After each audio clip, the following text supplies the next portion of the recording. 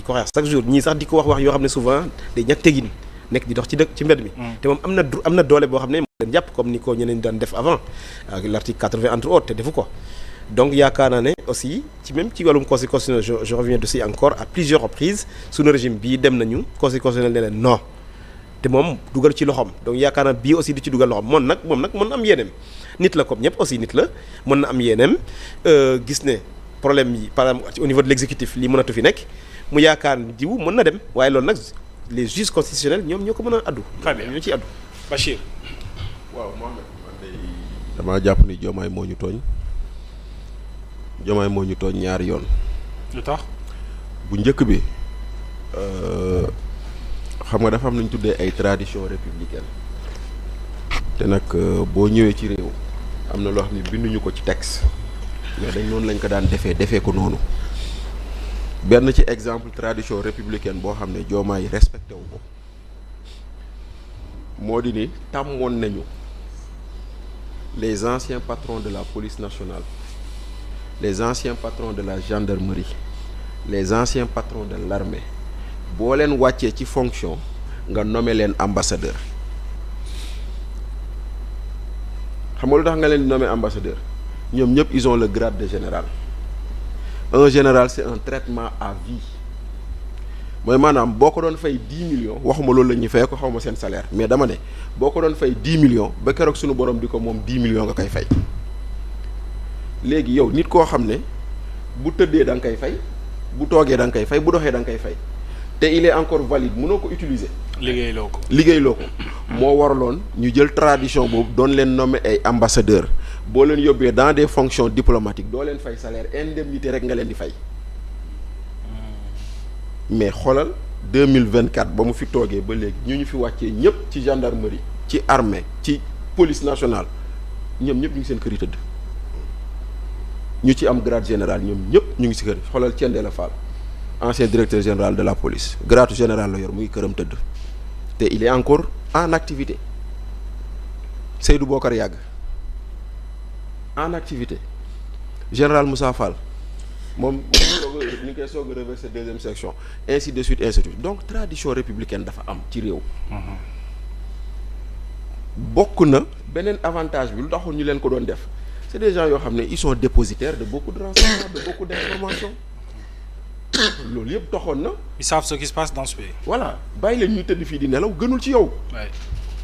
loolu mooy benn ci tradition républicaine yi après chaque élection législative je dis bien législative le gouvernement en place présente sa démission au président mu reconduire leen bii yoon amul foofu la ñu njëkkee tooñ.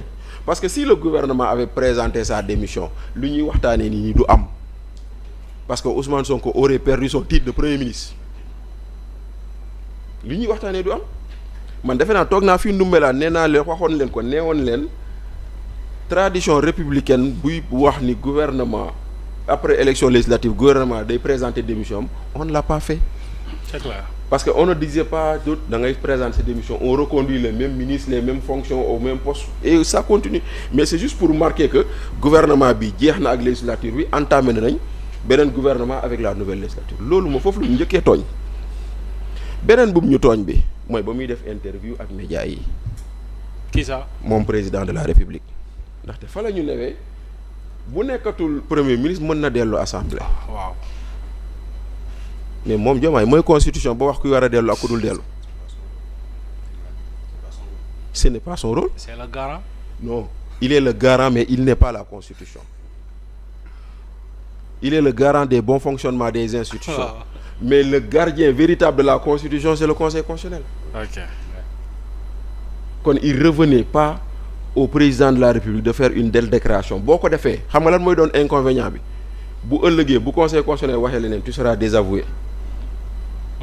moom le président muy benn ñaareel bi am na ñoo xam ne xëy na bu waxul woon loolu xëy na tey jii nii son conseil juridique. voilà mais exactement. lui aurait suggéré de saisir la constitution pour ñu clarifier cas bi. loolu laa la bëggoon laaj ana conseil juridique mi booba. y a de ces déclarations yoo xam balaa nga koy. moo tax kilifa du gaaw a wax.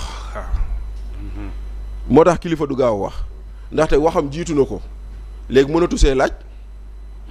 alors que bu noppi woon xëy na ci cadre si loolu noonu débat bi ñuy am nii moom mënoon na ko trancher mooy saisir conseil constitutionnel parce que le président de la République peut saisir le conseil constitutionnel à tout moment d'une demande d'avis à tout moment lee ko rek la may laaj rek nga tontu ma ci situation nit ki conseil constitutionnel buñ ko laajee avis parce que loolu également c'est la loi sur le conseil constitutionnel la muy génnee décision lay doon bu boobaa c'est une décision qui s'applique à tout le monde. Et sans appel.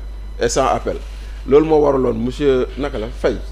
Serigne Ndiaye. monsieur Ndiaye dégg naa ko muy wax pour yéen ñi doog voilà c'est le directeur général du Promoville.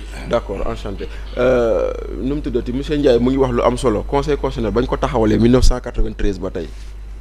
mooy Kéba Mbaye premier président conseil constitutionnel lan la waxoon Abdou Diouf ba ñu taxawal conseil constitutionnel da ko ne même nos erreurs s'imposent à vous. conseil constitutionnel bu juumee sax day doon décision par applicable par force. ah oui dañ ciy bu tënku juumee sax. dañuy tënku. mais nag situation bii nag ñetti hypothèse mooy am ñett. mooy. benn conseil constitutionnel mu ne je suis incompétent. ce qui serait pas vrai. pour certains je suis incompétent mënuma ci wax sama yoon nekku ci lem leen kaaka yi Médoune bu d'accordul Moussa bu d'accordul Diomaye bu d'accordul Bachir bu d'accordul on s'en fout c'est le conseil qui a décidé. Deuxième hypothèse conseil constitutionnel mu ne je suis compétent Ousmane Sonko est député kenn mënu ci dara. Troisième hypothèse nag mu ne je suis compétent Ousmane Sonko ne peut pas être député. ñetti tontu yi rek la ñuy xaar ci moom. moo mën a am. ñetti tontu yi rek moo mën a am amul yeneen ñeer amul juróom benn compétent incompétent tëj leen wax ji compétent il est député compétent il n'est pas député ñett yi rek lay doon te si ñett yooyu noonu nag dañuy toog di xaar lu kii ko maintenant nag les députés ont raison de poser cette question ndaxte lu ñuy wax ñun yàgg koo wax te dañ ko wax semaine passée ak Amadou ba mu ñu jaral fi waxtaan bu xaw a tàng fii nii. mooy lu Médoune wax sànq balaa nga ne naam ne fa on a élu le président de la République un certain 24 mars mais il n'est devenu président de la République que le 1er xawma le 2 avril ba mu prêter serment. diggante boobu nekkul président. diggante boobu noonu dañu naan le président élu rek. mais il n'a pas la fonction et la réalité du pouvoir. donc c'est la même chose avec le Parlement. résultat par élection législative yi taxul nit ki doon député. proclamation résultat élection législative taxul nit ki doon député. mais bés ba ñu ko installé lañ lay commencé wàññil sa mandat député. mais moom Ousmane Sonko kenn installé wu ko. d'abord ba muy ñëw mu ngi ñëw ak titre de premier ministre ba mu egsee mu ñëw mu ne je suis venu présenter ma démission loolu la wax sénégalais yi